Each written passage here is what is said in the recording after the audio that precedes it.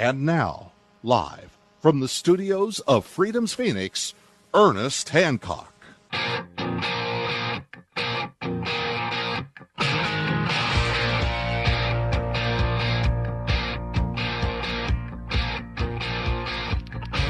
Oh, some good news for me here on Declare Your Independence with me, Ernest Hancock. I've been trying for a long time to get Burt Rutan to come on, or Richard Branson, or any Paul Allen, somebody on the spaceship thing. Finally, you can always get them when they write a book. They always got publishers are like, you will do interviews. I don't care. You can get off your workbench, go do interviews. Well, I got like next best thing. Michael Bjort right here, Rocketeers, man. He's scheduled in January. We're going to have him on talking about privatization of space. I'm very excited. And he found out that we're the ones that did Spaceship One, Government Zero, and a chapter in there is named that. And they talk about, Burt Rutan coming over and taking the sign from me and all that kind of stuff. And it's in Discovery Channel did a documentary on this and shows that and so on. So I'm very excited because I knew from the beginning what was going to happen. In fact, in the hangar after they had done that big party, all the billionaires and so on, we're in there holding up our sign. They thought we were part of the crew because we had signs, man. So we're up there holding this stuff. We're going to space. Government's not invited. Just standing there holding it up. And I've gotten a lot of conversations with the people. They were, a lot of them, now Burt was not one of these people, but a lot of the people were of the mind, only in America, wearing flag jackets and so on, America. And I'm going, I didn't want to, kill their buzz, but I'm just going, it's going to be America that's going to try and stop you. You need to make sure that, you're paying attention. They're going to try and regulate this. And some of the people were of the mind, well, yeah, we can't just have anybody going into space. I'm going, ooh, man, tangled web you're going to weave here. So, I got that. There's some positive things to look forward to. And it's just once we get off this planet, oh, man, it's open. And they're starting to find and we just had on yesterday warp drive. Are we there yet? What's amazing to me is as human beings, how like an angel. We are, so just the fact that we can even imagine something, it's in the market. I tell my kids this a lot when they were growing up. I go, you just think of it and it'll come. You will conjure up whatever it is that you want in your mind. What do you want? Well, I would like, it would be cool if, and I go, all right, I just thought it, because you put that in Dad's head. Let me think about it a second. That means 3-5 years, here it comes. Here it comes, and we just check them off. Check. Here it comes. But if you can think of it, here it comes. But there's always the man there wanting to, tell you what you can and can't do with it, or whether you can do it. So we got, but we got to get this monkey off our back. Well, what's the monkey? I remember a friend, Rick Tompkins, he was a state chair of the Libertarian Party here in the 90s, and he ran for president in the 96 election against Harry Brown for the nomination. And I remember one Halloween, he had a Halloween costume, and it had this monkey on his back, and IVs coming out of his hands into the monkey. They were sucking him dry. Get this monkey off my back. It's bleeding me dry. I thought that was an appropriate Halloween costume. But, you're going around to a bunch of MKers, America, they didn't get it. Oh, man, you're just being one of them.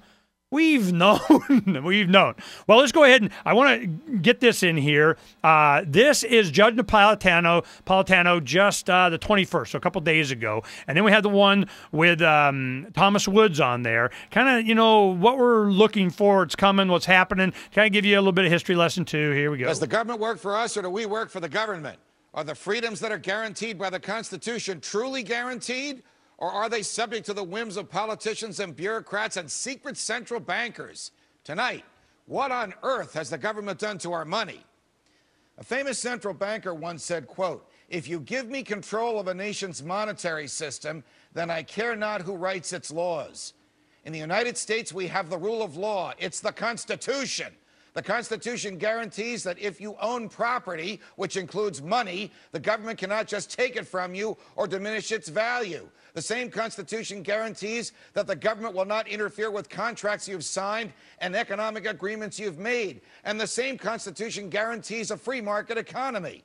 And a free market economy is one where producers of goods and services have as few barriers as possible to trade with consumers and no barriers from the government.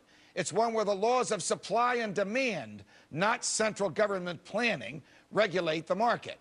Competition for goods and services is at the core of capitalism.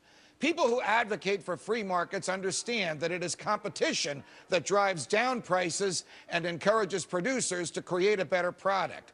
So why is it that people who advocate for a free market in everything else don't support a free market in money? Ask yourself why we don't allow the government to set the price of shoes or bread or chocolate, but we do allow the government to determine the price or the value of money. The government does this by fixing interest rates, which is the cost of borrowing money. The history of central banking in the United States is a tumultuous one. The intellectual battle between Thomas Jefferson, who wanted no central bank, and Alexander Hamilton, who wanted Soviet-style central planning, has been playing out over the centuries. The battle between liberal economist John Maynard Keynes and free market champion Friedrich von Hayek still plays out today.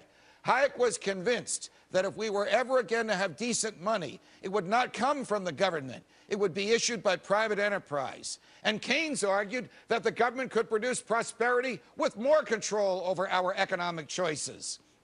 We all know now that Keynes was wrong. Central banks are not necessary for a free market.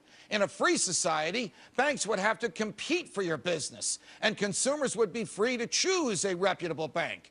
Instead, we have given control of our money to an unconstitutional and secretive Federal Reserve. Instead of supply and demand determining interest rates, like it does with the cost of shoes and bread and chocolate, the Fed dictates the value of money. The Fed would rather we stayed ignorant and disinterested in what it does to the value of our money. It doesn't want us to ask tough questions and deal with harsh realities about interest and credit. The job of the CIA and other intelligence agencies is to steal and keep secrets. Yet we know far more about what our intelligence agencies are doing than we do about what the Federal Reserve does. When private bankers can operate in secret with the authority of the government, they will enrich themselves and lessen the value of money for the rest of us. That is the Federal Reserve, and that is theft, pure and simple. Since the Fed came into existence nearly 100 years ago, the value of the dollar has gone down by 92%. Who would voluntarily stick with a bank that destroyed their savings? But there's hope.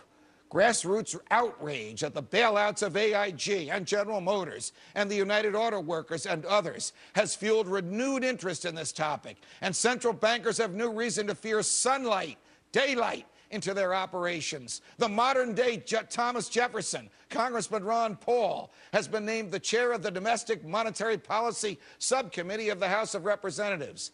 A movement of Federal Reserve abolitionists is coalescing behind Congressman Paul in support of his efforts to bring more light into the inner workings of the Feds.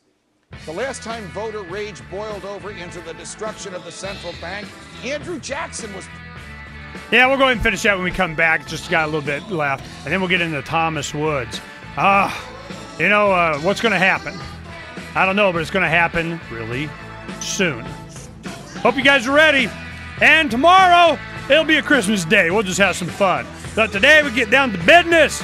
Business. We'll be right back with more business on Declare Your Independence in just a little bit.